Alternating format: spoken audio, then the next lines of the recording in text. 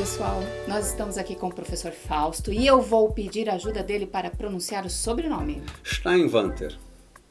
Viu? Eu testei, não consegui, mas agora está bem apresentado. O professor Fausto trabalha muitos anos, 35 anos? 37 anos agora. 37 anos com esporte, trabalha com crianças, com adolescentes, foi campeão olímpico. Participou da Olimpíada. Conta pra gente, vai. A gente conversou aqui já vários assuntos. Tem muita coisa legal pra gente criar junto, co-criar junto, compartilhar. Vamos lá, vamos começar. Bem, eu morava em Brasília, morei dos 10 aos 20, apesar de ser catarinense, morava em Brasília, dos 10 aos 20 anos, e lá eu conheci o handball. E fui me desenvolvendo, peguei seleção do Distrito Federal, joguei jogos estudantis brasileiros, já peguei uma pré-seleção brasileira, e aí eu recebi um convite para jogar em Blumenau. Vindo para cá, eu me desenvolvi bem aqui na equipe e recebi várias convocações para a seleção brasileira. E aí tive a oportunidade de disputar os Jogos Olímpicos de 96, em Atlanta, que na verdade foi a coroação da minha carreira como atleta. E tive a oportunidade de participar do ciclo olímpico de Tóquio, em 2021, como preparador físico, que também acabou coroando a minha carreira na área da preparação física, que é a área que eu milito hoje, né?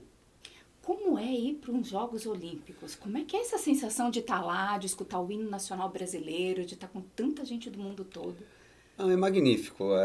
Na competição em si, a gente tem pouco contato com as outras modalidades, vamos dizer assim. Não dá nem tempo, né? Não dá tempo. Realmente as pessoas acham, às vezes, você vai para os Jogos Olímpicos, é muito glamour. Então, no caso, como atleta, e mesmo na área da preparação física, a gente joga num dia, treina no outro. Joga num dia, treina no outro. Eu preparo outro jogo. Então, a gente sempre está envolvido. Então, lógico, tem toda a questão da Vila Olímpica, do restaurante. Em Tóquio, infelizmente, não houve abertura, porque era a época da pandemia, mas em Atlanta a abertura foi maravilhosa, foi o evento assim da Olimpíada, para mim foi a abertura. Quando a gente adentrou o ginásio, o estádio para a abertura, é que realmente eu vi que tudo que eu havia feito em termos de, entre aspas, né, comprometimento, sacrifício, entre aspas, para estar ali, né, dentro daquele ciclo olímpico, foi maravilhoso. Então foi a coroação, como eu disse, da minha carreira esportiva. Todo treinamento, a disciplina, Todo treinamento, tudo, né? a gente está entre os 10 melhores atletas do mundo, né, dos 10 mil atletas do mundo. Então isso é muito gratificante, né? Foi assim, foi também o ano que nasceu meu filho, então coroou o nascimento do meu filho com a ida à Olimpíada, foi um ano mágico para mim. Que legal. Gente, a gente ficou antes aqui conversando uma porção de coisas e principalmente sobre a importância do esporte para o desenvolvimento da criança, para o desenvolvimento do adolescente, para nos tornar pessoas melhores em vários aspectos, que não é só a parte física, né? Nós conversamos bastante antes sobre isso, porque quando o atleta chega para disputar uma Olimpíada, o nível dele de uma equipe para outra já não é assim, a diferença já não é tão grande no sentido de treinamento, a parte física especificamente, né? Você estava falando para mim que a parte psicológica também é uma coisa incrível, né? Não, sem dúvida. Quando chega neste nível de uns Jogos Olímpicos ou de um campeonato mundial, as equipes estão muito bem preparadas, tanto física quanto técnica, quanto taticamente. O que vai fazer o diferencial do perder, do seguir em frente, do vencer, do ser campeão, é a questão psicológica, com certeza. É aquele que tiver mais coragem no momento, que souber aproveitar os momentos. Existem momentos psicológicos dentro da prova, dentro da competição. Então, quem sabe explorar isso, estar mais forte psicologicamente, com certeza tem mais chance de vencer os jogos, de ganhar a sua medalha olímpica. Chegar no pódio, né? Tem aí na Netflix um documentário da Simone Biles que é bem interessante sobre a parte psicológica, né? Outros atletas têm outros documentários. Eu gosto muito de ver documentários sobre esporte, né? Seja qual o esporte for, porque na verdade o que diferencia é a questão técnico-tática, né? Física dos esportes, que são diferentes. Mas na verdade os ditames são os mesmos, né? De preparação, de compromisso, de resiliência, de tenacidade. Então tudo isso está inerente de todos os esportes, e quem chega lá nesse nível é porque passou por todas essas etapas. Qual é a idade que Você está trabalhando hoje com que faixa etária? Assim, coloca um pouquinho de... Bem, Várias.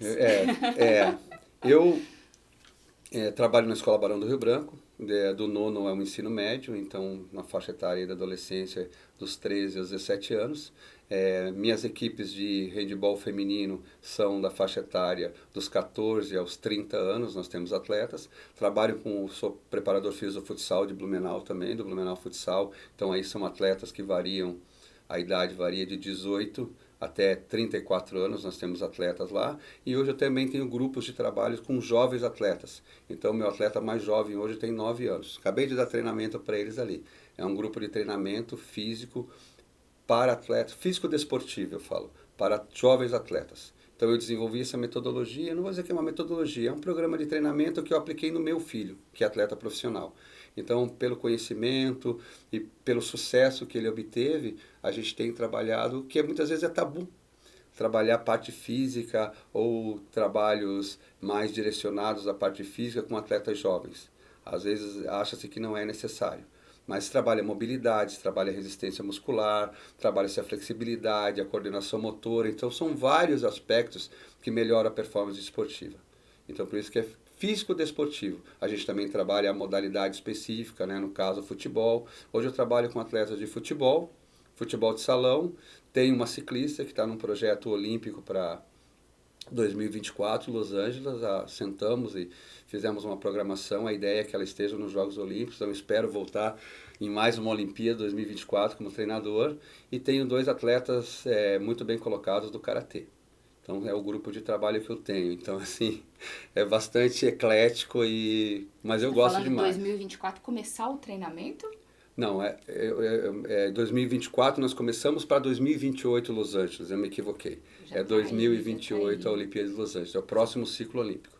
Uhum. É um programa que a gente pretende implementar e com sucesso. Fausto, desde que você começou a trabalhar, vai lá, 37 anos atrás, até hoje, o que você observa de diferença, agora falando de motricidade, né, desse desenvolvimento dos atletas, nesse tempo todo de trabalho, sabe? Como é que tá isso hoje? Porque a gente vê a entrada de tanta coisa de redes sociais, das crianças ficarem mais paradas hoje, de ter um jeito diferente do ambiente ele influenciar no dia a dia da criança, né? Como chega o atleta para você nessa idade de adolescente? Sem dúvida. Hoje as crianças têm outras situações, né, que são as telas. A tela abre o mundo todo para ela, então ela se torna muitas vezes mais interessante do que o esporte. Em cidades maiores isso se configura mais ainda. A gente vê, eu que entrei na escola e trabalhei no município também de Blumenau com educação infantil. Trabalhei dos 2 aos 6 anos durante quase 15 anos. E a gente via que essas crianças já vinham de casa com uma motricidade desenvolvida, vamos dizer assim. Hoje a gente vê que as crianças têm muita dificuldade no seu padrão motor. É lógico, como eu te falei antes, a gente não pode jogar isso só para os pais. Os pais, às vezes, eles não conseguem, eles trabalham o dia inteiro, eles não têm os espaços, não têm as oportunidades. Nós falamos aqui sobre espaços públicos de lazer para as crianças, que elas possam brincar, a questão da ludicidade.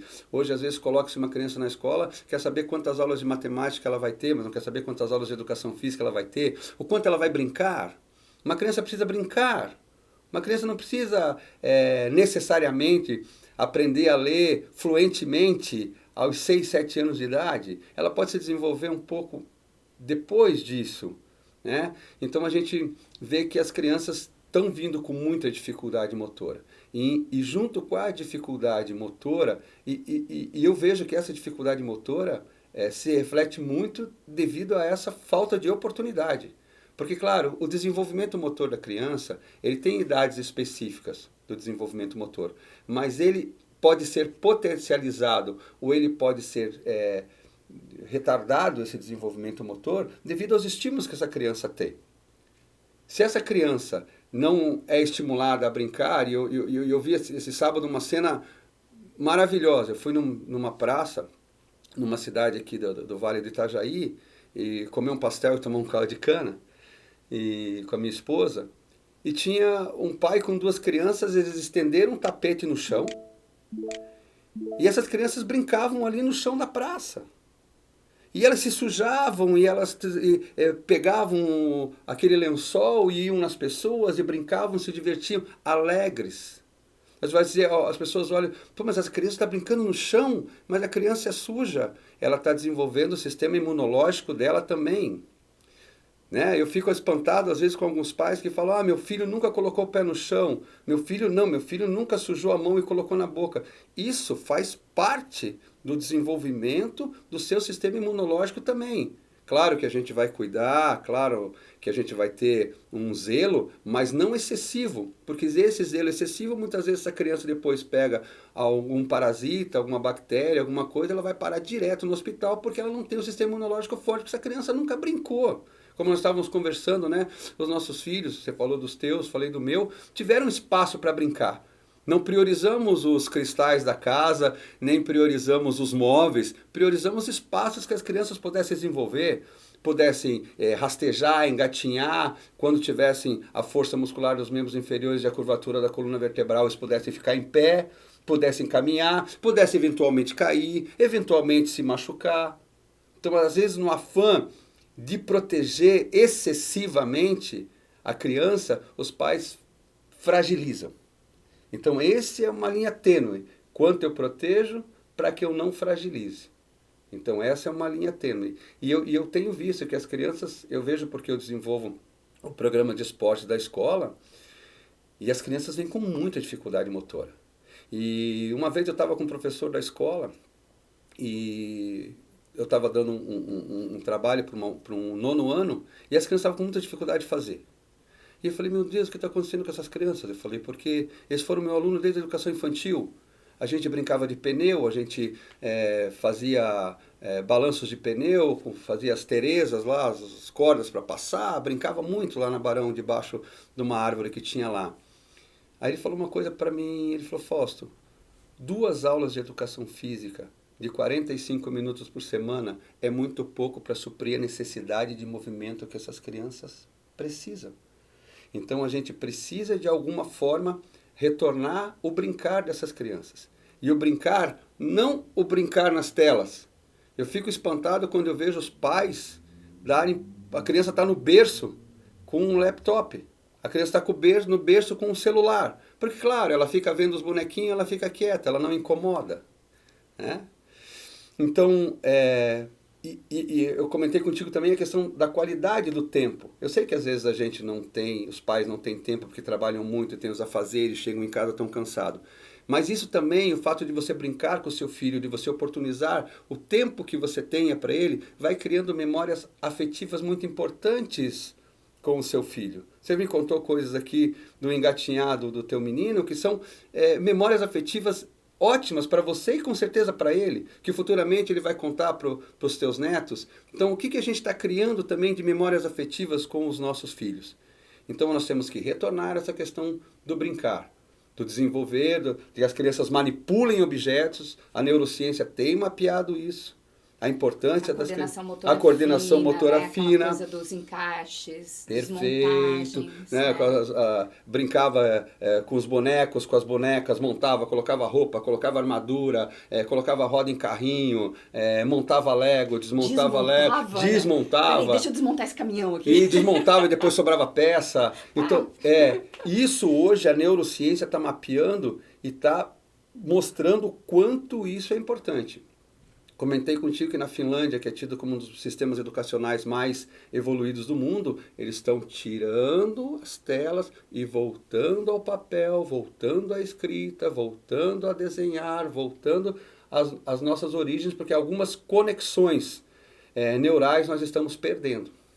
Nós estamos criando algumas outras adaptações. Claro que a tecnologia vai ficar cada vez mais presente na nossa vida, e não estou dizendo que a gente tem que tem que achar um jeito de complementar, na verdade. De complementar. Né? Porque nesse contexto todo, por exemplo, da falta de movimento, da falta de motricidade, movimento é vida.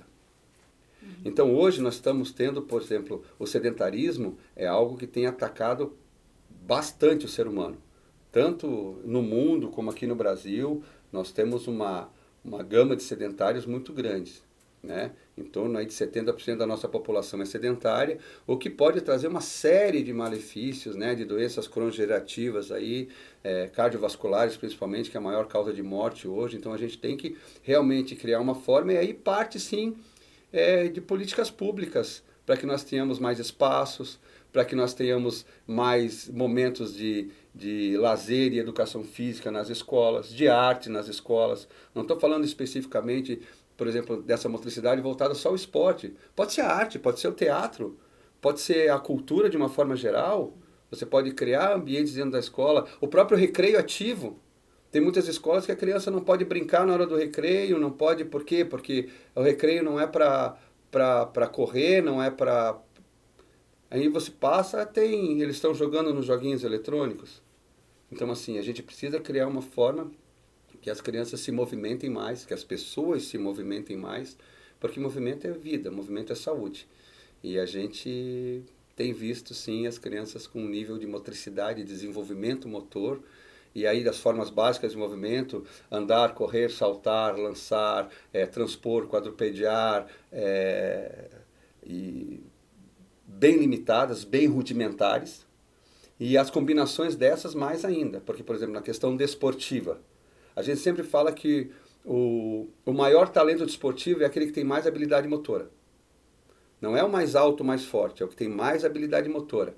Esse linkado a esses outros fatores que eu falei, né, da força e da estatura em alguns esportes, que a gente está, por exemplo, voleibol, outros esportes onde a estatura existe um corte bem importante em relação a isso. Mas se ele tiver pouca habilidade motora, provavelmente a carreira dele talvez seja mais curta. As pessoas devem conhecer crianças que brincam de tudo, jogam tudo, né, joga isso, joga aquilo. Foram crianças que tiveram a oportunidade. É aquilo que eu coloquei ali para você, né? É dar oportunidade para a criança, é dar orientação para a criança, é dar o encorajamento da criança para brincar. Muitas vezes os pais não deixam brincar porque tem medo que a criança se machuque. Ou suja a roupa. Ou suja a roupa. Né? Ah, não pode vir suja, tal. Eu lembro uma vez, você falou uma coisa interessante. Uma mãe, isso há muitos anos atrás, uma mãe veio para mim na educação infantil e falou: Fausto, minha filha gosta muito das tuas atividades, pequenininha, 5 anos. Eu gosto também, mas Fausto, ela vem para casa imunda, vem suja. Vai ter que lavar muito a roupa, eu falei, tem que... eu falei para ela: olha, mãe, eu falei, se uma criança de 5 anos, de 6 anos, fizer aula de educação física, atividade de educação física, brincar, se divertir, e ela chegar em casa limpinha, algum problema tem. Ela vai naturalmente, falei aqui, você está vendo, eles rastejam debaixo da cadeira, eles pulam isso aqui, eles carregam um pneu, é natural isso. Ela falou: não, então continuamos assim. Eu falei: continuamos assim. Bem isso que você falou.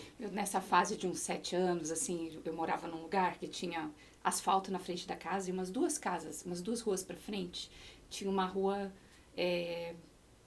sem calçamento, enfim, de barro. E quando chovia, alegria a gente andar de bicicleta. Perfeito. Nesse lugar. Voltava com a camiseta atrás, sabe? Sim. Toda a água da rua ia aparecer na camiseta. A mãe adorava. Era a melhor coisa do dia. Eu compreendo, né? Quem fazia, não é você que lava, né? Eu já ouvi minha mãe falar isso também. Não é você que lava. Mas é importante para o desenvolvimento da criança.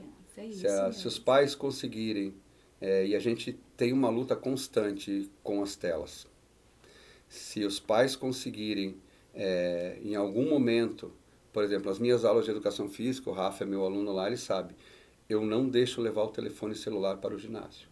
Independente se ele vai fazer atividade, isso adolescentes, né? 3º ano, 2º ano, 1º ano do ensino médio. Independente que eles não vão fazer atividade, Fausto, eu não estou bem, eu não vou fazer, você vai conversar com alguém, você vai interagir, você vai falar com a pessoa, você não vai ficar no celular. É aquela história, as pessoas têm milhares de amigos virtuais e nenhum amigo pessoal. nenhum amigo que ele possa realmente conversar, se abrir, olhar no olho, sentir o que é uma pessoa. A interação é muito diferente, né? Muito Através diferente. da tela. Muito diferente, muito diferente. Até porque, infelizmente, né, as redes sociais hoje, elas passam um recado que tudo é maravilhoso, que ninguém tem problemas, que tudo é mágico, né? E a gente sabe que a vida não é assim. Eu, frequentemente, lá na escola, falo para os adolescentes e eu procuro falar com eles a realidade. Eu não escondo e falo, não quero que você passe pela escola e tenha tido eu como professor e que você não tenha ouvido isso.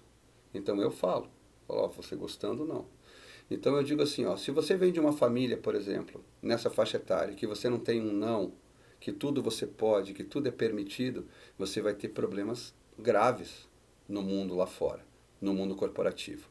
O Rafa sabe, eu começo lá o terceirão e a primeira fase é, ó, daqui a uns meses não tem mais papai, não tem mais mamãe, não tem mais responsável, não tem mais comidinha na mesa, não tem professor enchendo a paciência, ah, você não fez a tarefa. Então eu falei, você está na faculdade, você está no mundo real, o mundo gira. Se você ficar para trás, ninguém vai parar para te dar a mão e seguir. Você tem que seguir. Então, né? Não, você tem que ser resiliente em relação a isso. Você eventualmente vai receber um não, eventualmente você vai receber uma reprimenda no teu trabalho. A gente que trabalha com esporte, isso é constante, né? O feedback, e a gente tem procurado trabalhar isso também. O feedback negativo e o feedback positivo. Feedback negativo, quando você errou, eu te cobro. E o feedback positivo é quando você errou, mas você tentou fazer certo aquilo que eu te pedi, aquilo. Eu também você precisa do feedback positivo, que aí eu já te mostrando que você está no caminho. Né? Não pode só chamar atenção ou dar o feedback negativo nos erros. Eu também tenho que valorizar a tentativa do acerto. Porque na verdade a vida da gente, em muitos processos, é tentativa e erro. Você tenta. Construção, é uma verdade, construção, é uma caminhada. Isso. Então a gente tem procurado também estimular, falar, ó, não é assim, mas o caminho é esse, ó, mais um pouquinho, mais um pouquinho, mais um pouquinho, e até que se consiga chegar naquele, por exemplo, padrão de movimento técnico, ou naquilo que a gente quer que o atleta faça naquele momento, né? Eu preciso te perguntar se tem diferença na socialização das crianças que fazem esportes com aquelas que não fazem. Você tem uma dica em relação a isso? Assim? Mas com certeza tem. Porque o que acontece? Primeira situação de quem faz esporte, respeito à hierarquia. Respeito ao horário, à hierarquia, existe um professor que está dirigindo aquela situação, existem regras do jogo que precisam ser respeitadas, porque todo existe um combinado. Exatamente, todo desporto ele tem regras que são, né, por exemplo, no meu caso lá no handebol, na escola, são regras internacionais, são as mesmas regras que você vê na Olimpíada, são as mesmas regras que a gente aplica lá, são as regras do esporte. Não pode isso lá, não pode isso aqui e tal. Então ele já começa a trabalhar essa situação. A questão da resiliência, porque você vai perder os jogos, você vai perder situações, você vai errar. Então isso também, você vai aprender a lidar com o erro. Um dos problemas que a gente vê hoje é que as pessoas estão pouco acostumadas a lidar com o erro. Tenta se mascarar o erro. Não, o erro existe e ele faz parte da construção da vida da gente. O que eu sempre falo para os meus atletas é o seguinte: você errou, não erre a mesma coisa, erre diferente. Para aprender uma Exatamente. outra coisa. Você, né, eu trabalhei nesse ciclo olímpico de Tóquio, eu trabalhei com um técnico espanhol e ele falava isso na preleção, antes dos jogos, com as atletas. Ele falava, tranquilo. Os erros vão acontecer. Só não façam erros muito graves, muito próximos. Né? Errar uma coisa muito grave lá no ataque, errar uma coisa muito grave aqui na defesa, porque aí a outra equipe pode abrir vantagem muito grande. Ele falou, mas calma, vamos controlar os erros.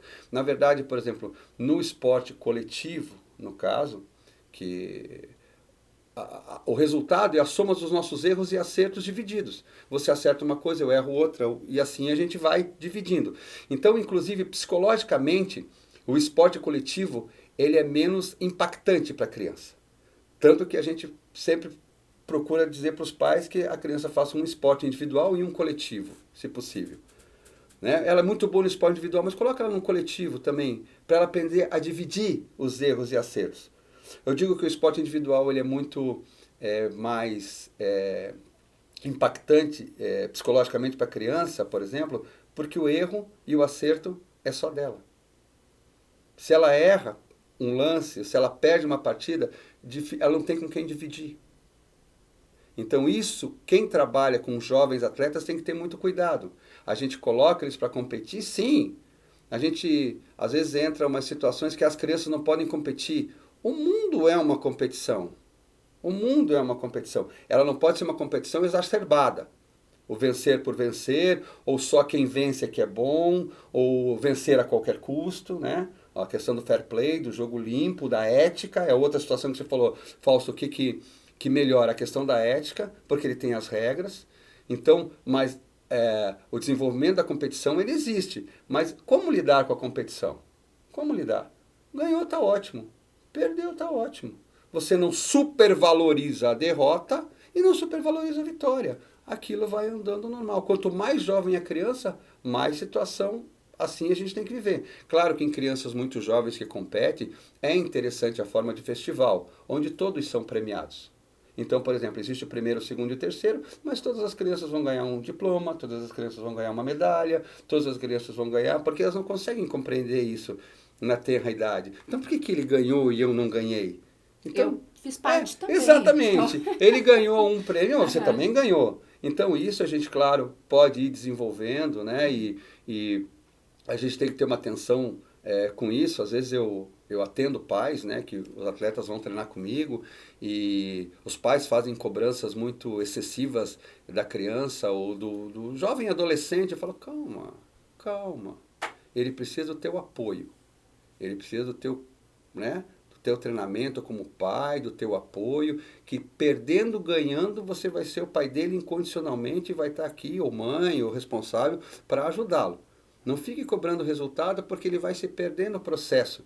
Ele vai ter receio, ele não vai querer mais que você vá assistir os jogos, não vai querer mais que você participe porque esse nível de pressão é grande demais para ele. Então, a criança acaba, quando ela se envolve num programa esportivo, ela acaba tendo essas vivências, ela acaba tendo também, vendo que as pessoas também falham, ela falha, as pessoas falham, eu erro, você erra, o outro erra, e assim a gente vai somando erros e acertos. Por que aquela equipe ganhou? Aí vai muito também da formação, do profissional, da formação. Eu sempre me coloco, né? A gente que trabalha com jovens, a gente é formador de gente. Formador de boa gente. Lá na Escola Barão do Rio Branco, há um tempo atrás, uns 20 e poucos anos atrás, surgiu Duda Morim. Duda Morim, melhor jogadora de handebol do mundo, começou lá na escola com 8 anos de idade. Primeiro começou a Ana, a irmã dela, depois começou a Duda e acabou se tornando a melhor do mundo. E na Olimpíada, essa é uma história interessante. Na Olimpíada 2016, a Globo veio aqui para Blumenau e ficou uma semana rodando aí, porque, né? E foram lá na escola e aí pediram para mostrar onde é que eles treinavam, como eles treinavam. Eu falei, sentava aqui, nos primeiros quase 2 anos ela não pegou na bola, tal, depois ela pegou. E a repórter ficou me forçando, mas a escola forma atletas? Vocês fazem o trabalho para formar atletas? E eu falei, não. Até ele me perguntou de novo, eu falei, olha, nós formamos boa gente. Eventualmente sai um atleta de alto rendimento, mas saem excelentes pessoas daqui. Saem excelentes profissionais em todas as áreas. Eu falei, saem pessoas que são enganjadas na comunidade. Saem excelentes pessoas. Nós não formamos aqui atletas, até porque a escola em si ela não forma atleta, ela detecta talento. E aí o talento faz como aconteceu com o Rafa. A hora que eu vi que o Rafa era um talento, eu falei, Rafa, não dá mais para você ficar aqui na escola, porque a escola ela atende a todos, aqueles que têm mais habilidade, menos habilidade. Você tem uma habilidade acima do que eu posso suportar aqui. Então você vai para um treinamento mais especializado na Secretaria de Esportes. Assim se desenvolve o esporte no mundo. A escola detecta o talento, esse talento vai para centros de treinamento regionais, os talentos regionais vão para centros de treinamentos nacionais e aí saem os campeões olímpicos. Essa é a estrutura de trabalho de vários países. Estados Unidos, França, Cuba, quando era uma potência mundial, trabalhava desse jeito. Então o ganho para a criança no esporte é imenso. A gente tem marcos em cada idade que pode dizer em termos de motricidade, o que é importante? Então, assim, a criança em idade pré-escolar, por exemplo, o que é importante que seja estimulado para que ela faça em termos de desenvolvimento para motricidade? Aí depois, né, para outra faixa etária, comenta um pouquinho sobre isso. Bem, a gente poderia dividir ali, a partir até os 3 anos de idade, existe a etapa reflexa, né, que é a intrauterina, e aí até uns 4 meses. Aí começa a rudimentar até uns 2 anos, 3 anos. E a partir dos 3 anos, então, é o que a gente chama de fundamental e depois especializada. Então, foi aquilo que nós conversamos. O que a criança precisa? Ela precisa de espaço, de encorajamento. Então, a partir do momento que a criança consegue, ali 3, 4, 5 meses, já se estabilizar, por exemplo, ficar sentadinha, ficar apoiada. Então, a criança, naturalmente, tende a andar de 10 meses a 1 ano e meio. Se de 10 meses a 1 ano e meio, se por exemplo com 1 ano e meio essa criança não andou, mesmo que seja pouco estímulo, talvez tenha que fazer uma pesquisa, alguma situação neural. Pode ser que tenha alguma coisa que esteja atrapalhando o desenvolvimento dela. Mas se ela for bem estimulada, ela vai andar de 10 meses a 1 ano e... Né? Tendo espaço.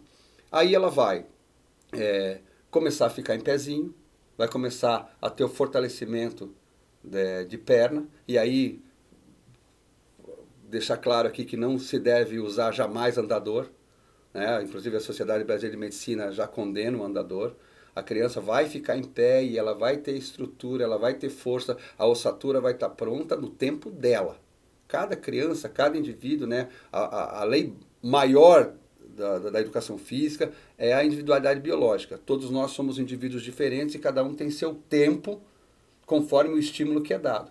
A partir daí ela vai começar a ficar em pezinho, ela vai engatinhar, ela vai andar. O engatinhar é importante para a coordenação cruzada, e ela vai começar a caminhar, ela vai começar a explorar os espaços. Então você dá essa possibilidade, dá a possibilidade da criança caminhar em diversos terrenos. Por exemplo, o arco plantar, ele é desenvolvido quando a criança anda em diversos terrenos, grama, areia, terra, né? Evitar que a criança só use sapatinho, então eu preciso estimular que a criança ande descalça. E aí, toda a gama de movimento possível que seja seguro, né, dessa criança fazer, seguro que eu digo desde que seja um ambiente, né, que tenha também o encorajamento e a presença dos pais, em relação às formas básicas de movimento que eu comentei com você, né? Andar, correr, saltar, quadrupediar, lançar, transpor. Por isso que esses parques que tenham brinquedos que ela possa explorar, que ela possa subir, descer, se pendurar, exatamente, o desenvolvimento de força, né? Muscular é muito importante, né? Do tônus muscular. Tem um pesquisador português chamado Vítor da Fonseca, ele tem uma bateria psicomotora de Vítor Fonseca, que ele coloca esses elementos da psicomotricidade com o desenvolvimento cognitivo, é bem interessante. Então, assim, todo o estímulo motor que puder ser dado para a criança é muito importante dessas formas básicas de movimento, porque a partir dos 7 aos 14 anos, ela vai ter a fase de especialização, vamos dizer assim. E aí que ela vai começar a juntar esses movimentos. Aí ela começa a correr e saltar. Aí ela começa a correr e lançar. Se nós pegarmos praticamente todos os esportes do mundo, eles são formas básicas de movimento combinadas. Vamos colocar o meu handball. Correr, saltar e lançar. Basquetebol. Correr, driblar, arremesso. Futebol. Então as formas básicas de movimento, o máximo que a gente conseguir dar de estímulo para a criança, de ambiente, de encorajamento, é o que vai fazer ela se desenvolver em termos de motricidade. E aí, lógico, ela vai chegar nas aulas de educação física, que é um ambiente, e aí é uma coisa interessante porque muitas vezes a educação física ela é negligenciada na escola, né? E é a aula que a gente ama, né? A gente fica esperando aquele horáriozinho para ir para educação física. E tem uma coisa interessante, né, nas aulas de educação física. Tem um professor que foi meu orientador, o Dr. Antônio Carlos Gomes. Ele fez o doutorado e o pós-doutorado dele na Rússia. Ele foi preparador físico Flamengo, Corinthians. Ele é a maior sumidade em treinamento esportivo do Brasil. Foi meu orientador de pós-graduação e meu amigo pessoal. E ele conta uma história que a gente viu muito aqui, vê muito aqui no Brasil. Ele chegou na Rússia para fazer o mestrado e o doutorado dele e o professor dele falou, você é professor de educação física lá no Brasil? Sou. Então você prepara uma aula de educação física, amanhã eu vou trazer uma turma aqui para você dar uma aula de educação física. Aí ele preparou a aula, tal, deu atividade e tal, e ele viu que quando ele começou a aula, o cara, pof, um cronômetro. Ele falou, será que ele vai ver se eu dou aula 45 minutos mesmo, o tempo e tal?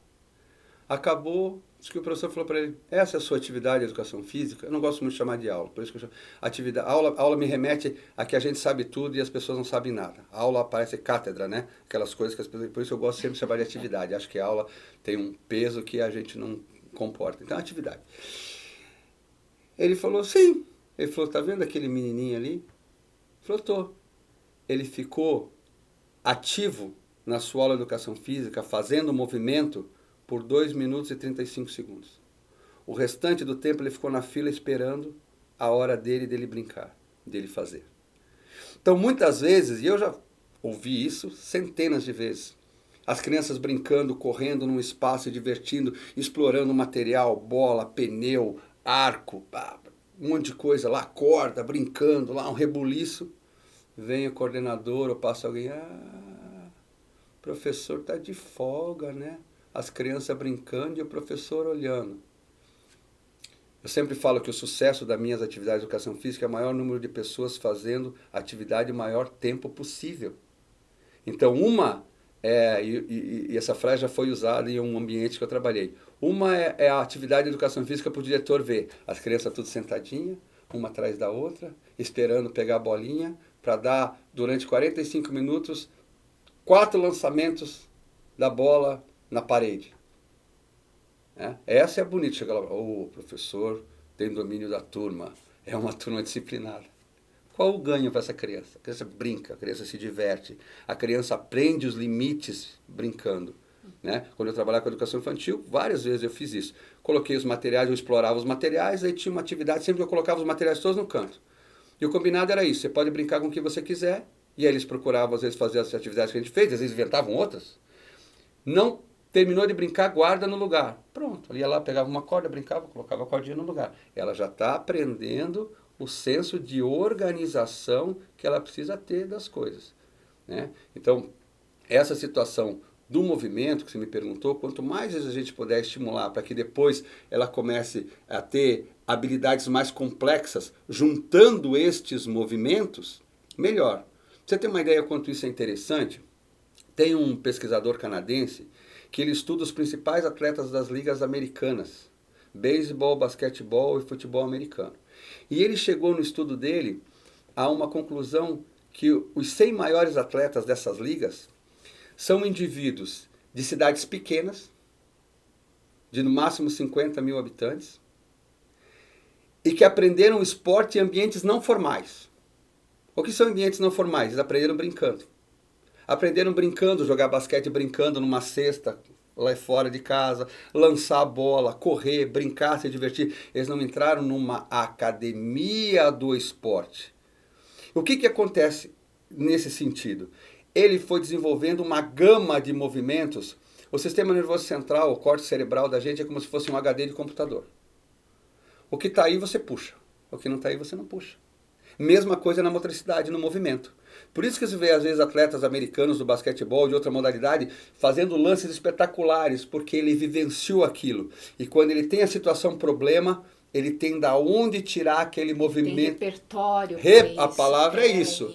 Repertório motor. Então a gente precisa que a criança brinque o máximo possível, se desenvolva o máximo possível, seja oportunizada ao movimento, para que ela tenha essas formas básicas de movimento desenvolvida e que depois ela consiga melhorar essa complexidade, unindo essas formas de movimento, melhorando o seu repertório motor, o que vai encaixando dentro das modalidades esportivas. Aí lá, logicamente, ela vai aprender outras situações que ela vai desenvolver, dependendo da técnica da modalidade esportiva, mas é por esse caminho. Quanto mais estímulo eu puder dar, melhor. E tudo que ela está aprendendo aqui, depois na vida adulta, com certeza vai ser um paralelo incrível para qualquer profissão que ela for escolher. Sim, né? a gente tem visto muito isso. Eu comentei contigo antes que não só o esporte, mas eu tenho estimulado os jovens a se envolver. Fausto, eu não sou muito da área do esporte. Cultura, arte, grupos da igreja, escoteiro, voluntariado, se unir a pessoas, trabalhar junto com pessoas, se desenvolver. Aquilo que eu falei, a maioria das empresas hoje, a reclamação das empresas e os RHs falam isso. De vez em quando eu pego o livro lá na escola e falo, ó, isso aqui é importantíssimo. Isso aqui, tudo que está aqui no livro é importantíssimo. Você vai ser contratado por isso e vai ser demitido por isso que você está fazendo aí. E não sou eu que estou falando. São os gerentes de RH das empresas que falam. O indivíduo não vem no horário. O indivíduo não respeita a hierarquia. O indivíduo não entrega os projetos. O indivíduo está fazendo outra coisa na hora de uma reunião. Está mexendo no celular. Está numa rede social. Está fazendo outra coisa que não é aquilo que é para fazer. Não tem a resiliência. Não sabe... ou talvez eventualmente levar uma reprimenda porque não cumpriu um projeto. Então isso você desenvolve nesses ambientes, você aprende a desenvolver nesses ambientes. Então, tanto que uma vez eu fui num evento, a Porto Belo aqui de Tijucas, ela tem um desenvolvimento esportivo muito grande na comunidade, porque eles treinam as crianças no esporte para serem os funcionários da empresa. Porque lá eles aprendem a respeitar a hierarquia, a respeitar o horário, a deixar as coisas no lugar, como eu te falei, que é preciso deixar, que as crianças, né, tinham o hábito de deixar, cumprir com o que é determinado. Tudo que é querido. É o conviver, na verdade. Exatamente. Né? São aquelas regras de conduta daquele ambiente, é o entender o seu espaço e aonde o meu espaço vai influenciar no outro, né? Aquilo E que tem realmente, a gente que está na área aí da educação há muito tempo, a gente vê ele com um grau de dificuldade grande, sabe? Um grau de dificuldade grande. Eu tenho dito, às vezes, as pessoas... a questão do egoísmo, né? As próprias redes sociais e o imediatismo, né? Da internet hoje, das redes sociais. Que tudo se resolve com um clique. Tudo se resolve com um clique, né? A gente vê isso, por exemplo, na própria área do exercício físico. A pessoa não quer treinar um tempo para ter um resultado, ela quer um resultado imediato. E não tem um resultado imediato. São anos de treinamento, são anos de dedicação. A pessoa não vai conseguir uma performance superior, seja ela corporal, seja ela atlética desportiva, com pouco tempo de treinamento. Ela precisa se empenhar, ela precisa se dedicar. É difícil, não é fácil. As pessoas, às vezes, querem ter uma alta remuneração sem galgar os degraus necessários para isso, né? Sem o tempo de experiência, mesmo que essa pessoa tenha, muitas vezes, um nível de escolaridade maior do que o indivíduo que está lá. Mas quanto tempo essa pessoa passou dentro dessa empresa para poder estar nesse patamar financeiro, vamos dizer assim, ou nessa colocação de chefia, de gerência. Então, tudo isso tem um tempo. E a gente vê que isso hoje é complicado o jovem entender. Então, a gente precisa realmente falar, precisa orientar. Muitas vezes, em casa existe uma dificuldade, né? Muitos pais, às vezes, principalmente adolescentes, falam, Fausto, fala você porque, sabe, em casa... santo de casa não funciona. Então, fala você. Então, a gente procura orientar, né? E assim, é aquela questão também que eu falo para todos, para os meus atletas, para todos. Existe o livre-arbítrio. Você tô falando, está sendo orientado, estou dizendo para você que isso aqui vai te dar problema. Agora, você escolhe. Não diga que você não sabe, que você ignorava. Ó, eu passei por esse professor, eu passei por essa situação e não foi me dito isso. Você sabe o que é real, o que isso vai acarretar, ou pode acarretar, né? Eventualmente tem uma grande probabilidade de acarretar. Então a gente procura falar, mas eu sempre falo para os pais colocarem numa atividade esportiva. Os pais me perguntam muito, né? Isso é uma coisa até interessante. Qual é o melhor esporte para o meu filho? É aquele que ele gosta. Como é que eu sei? Eu oportunizo. Eu levo ele eventualmente lá na natação um pouco, levo ele no judô, levo ele no futebol, levo ele no handebol, levo no basquete, no voleibol. Eu tenho vários outros esportes também. Eu falo esses porque são os que a gente tem mais, entre aspas, comuns Contatos, né? aqui no Brasil, mas tem vários outros esportes aí maravilhosos, né? Que hoje, como eu falei para você antes, o skate, né? É um esporte que tem se desenvolvido muito, o pedalar, Eu o só tinha um ciclismo. combinado com os meus filhos, assim, que eles tinham que pelo menos mergulhar 6 meses. Não podia ficar trocando assim, não, agora eu quero isso. Sim, Vai uma semana e... Não, sim, peraí, você escolheu, agora você fica o semestre, e aí se exato. quiser Não, trocar, aí a claro. gente faz o... Senão, não dá. Perfeito, não, perfeito. Caramba! Não, mas aí você colocou, exato, que é a situação de responsável, de pai, né? De organização da casa, de organização. Perfeito. Porque se deixar, vai. Ah, eu não Uma gostei de. semana, duas Não, e não, já, não. É. vamos, né? Vou Ó, fazer outra coisa. apresenta, faz uma aula, atividade experimental, que a gente faz lá na escola, sempre no Barão Esportes. Uma, duas atividades experimentais, gostou, fica. Se insere no programa por 6 meses, né? Aí vem a autoridade, vamos dizer assim, dos pais, né? Em ter e mostrar que as coisas não podem ser trocadas assim rapidamente, porque senão. E aí ele vai, logicamente, se desenvolvendo. Vai gostar mais de um, vai gostar mais de outro, ou necessariamente. Ó, eu tenho alunos que falam, se eu não gosto de nenhum esporte, mas eu estou frequentando academia, eu estou nadando por lazer, ó, final de semana eu pedalo, né? Eu tenho patins. Não necessariamente não precisa ser, porque às vezes Howard Gardner coloca, né, as inteligências múltiplas de Howard Gardner, né? No caso de vocês aqui é a pictórica, né? Mas a nossa é a sinestésico-motora. Nem todos têm a inteligência que vocês têm, né, a pictórica, e nem todos têm a sinestésico-motora. Então é natural que nem todo mundo vá depois na adolescência para o esporte. Mas ele ali naquela fase que eu falei para você, dos 7 aos 14 anos, 15 anos, ele vivenciou isso.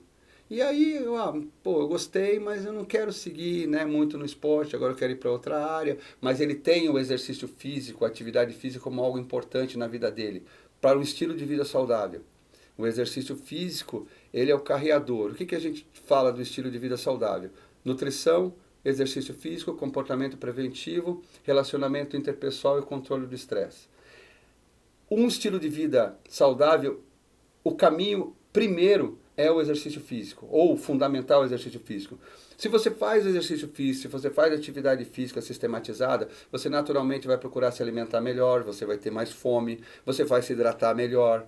Se você vai dormir melhor, dormindo melhor, você vai se relacionar melhor com as pessoas, você vai ter um nível de estresse menor, você vai controlar mais o seu comportamento, às vezes preventivo no trânsito, por exemplo, você não vai estar tão irritado num trânsito. Então, é um conjunto de situações que essa criança, esse adolescente que se insere no programa esportivo, ele vai aprendendo e vai levando ao longo da vida. Independente se ele vai ser um atleta ou não, se ele vai seguir além, né? Eu acredito ali, eu vejo pelos nossos atletas, até 16, 17, 18 anos, que até a fase dos Joguinhos Abertos de Santa Catarina, eles ficam no esporte. Depois eles vão saindo para a faculdade, vão se ramificando, mas o esporte está neles.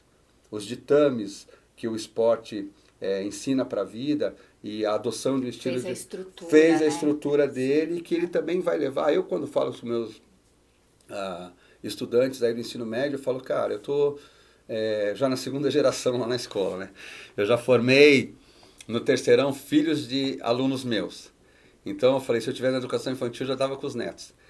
E eu falei, eu penso em vocês já nos filhos de vocês, os meus netos, aquilo que vocês vão levar não só para vocês, mas para as novas gerações. Então isso que eu estou falando para vocês aqui, eu estou lá na escola Nutrição e Saúde, onde a gente falou o primeiro semestre inteiro sobre estilo de vida saudável, sobre o que é importante, sobre as doenças cronodegenerativas, da hipocinesia, e agora estamos entrando na questão das dietas, né, na questão da nutrição, da importância da nutrição, da gestão de água, das dietas de uma forma geral. Então isso é um conhecimento que eles vão ramificar, com certeza.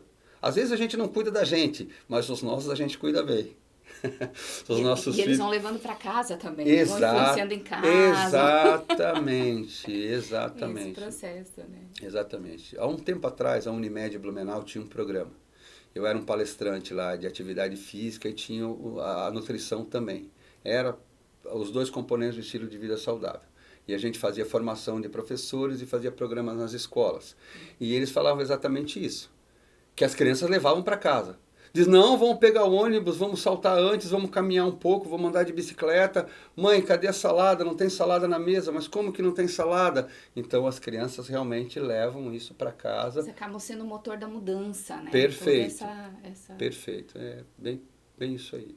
Que legal. Fausto, obrigada, Fausto. Imagina, obrigada eu que mesmo. agradeço, né? Adorei. A paciência de me ouvir, né? Eu falo foi bastante, ótimo. eu fico muito agradecido, espero que tenha sido legal aí para quem Aumentou o assiste. nosso repertório, né, gente? Muito obrigada, legal. obrigada mesmo. Eu tenho que falar, curta, compartilhe, faça parte das nossas redes. Estou aqui num processo de aprendizado também, lidando aqui com o podcast e recebendo pessoas aqui, ó, como o Fausto, que traz sempre assuntos super legais, que nos ajudam a desenvolver cada vez melhor nosso trabalho. E nesse aprendizado, espero que a gente se torne uma pessoa melhor, né? Aliás, você não contou uma coisa. Tem mais uma pergunta, peraí.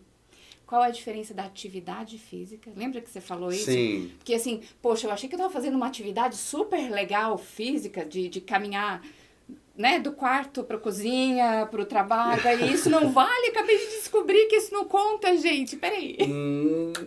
Não é que não vale, é que assim, atividade física é qualquer movimento corporal que tem um gasto calórico. Tá. E o exercício físico é a atividade física sistematizada.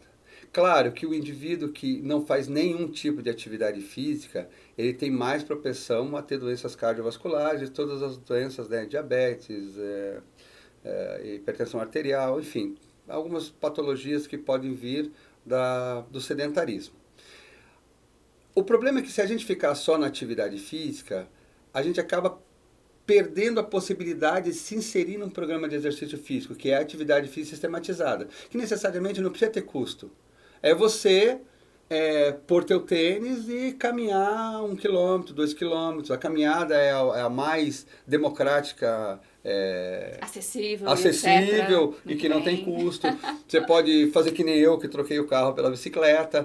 Você pode fazer outras atividades ali, né, que não tem um custo. Mas o ideal é que a pessoa se insira num programa de atividade, de exercício, de atividade sistematizada, que é o exercício físico, que são exercícios aí pelo menos umas 2 vezes por semana, exercícios que exijam força muscular, que é importante, bastante, principalmente para membros inferiores, e exercícios aeróbicos, como eu te falei, caminhada, natação, bicicleta. Então, não é que a atividade física não conte, mas o ideal é que a gente faça mais do que só atividade física. Agora é lógico, por exemplo, quem está me assistindo fala, poxa, mas eu não tenho tempo, eu não tenho recurso financeiro, então se eu trocar o elevador do meu prédio pela escada, se eu evitar de ir na padaria, no mercado de carro e for a pé, se eu saltar 2 pontos antes do ônibus e ir caminhando, eu já tenho um ganho significativo? Tenho um ganho significativo. Mas, então, uma coisa é o possível e outra coisa é o ideal. Muitas vezes as pessoas não podem, não têm, né? Nós que moramos numa cidade, numa região maravilhosa como é Blumenau, aqui o Vale Europeu, nós temos possibilidades, mas pessoas, por exemplo, que moram no Rio, São Paulo, outras metrópoles, que a pessoa fica 4, 5 horas no trânsito. Então, essas pessoas muitas vezes não têm essa situação, né? Então, como eu posso minimizar essa situação do meu gasto calórico diminuído? Porque uma coisa é certa, o que a gente faz? A gente diminui o nosso gasto calórico, mas consome muito alimento. E, logicamente, a gente vai acumulando isso em forma de gordura. Então, a gente precisa balancear o nosso gasto calórico. Então, se eu vou consumir 2.000 calorias, o ideal é que eu gaste 2.000 calorias. Se eu consigo na atividade física, ótimo. Então, você está no processo. Dá uma melhoradinha, tá no processo. Mas vale, atividade física vale. Caprichar. Deixa o elevador lá, sobe, mas eu tenho preguiça. Vai melhorar a força de membros inferiores. Nós temos 2 bombas, né, sanguíneas muito importantes, o meu coração e a outra panturrilha. Então é importante para o retorno venoso a gente fazer exercícios para que esse sangue volte para o nosso coração, para que seja mais oxigenado, tudo. Então, isso são hábitos, né, que a gente vai adquirindo e vai melhorando o nosso estilo de vida, com certeza. Legal. Valeu, agora tá respondido. Obrigada, Fausto. Valeu, eu que agradeço. Até mais, gente. Obrigada.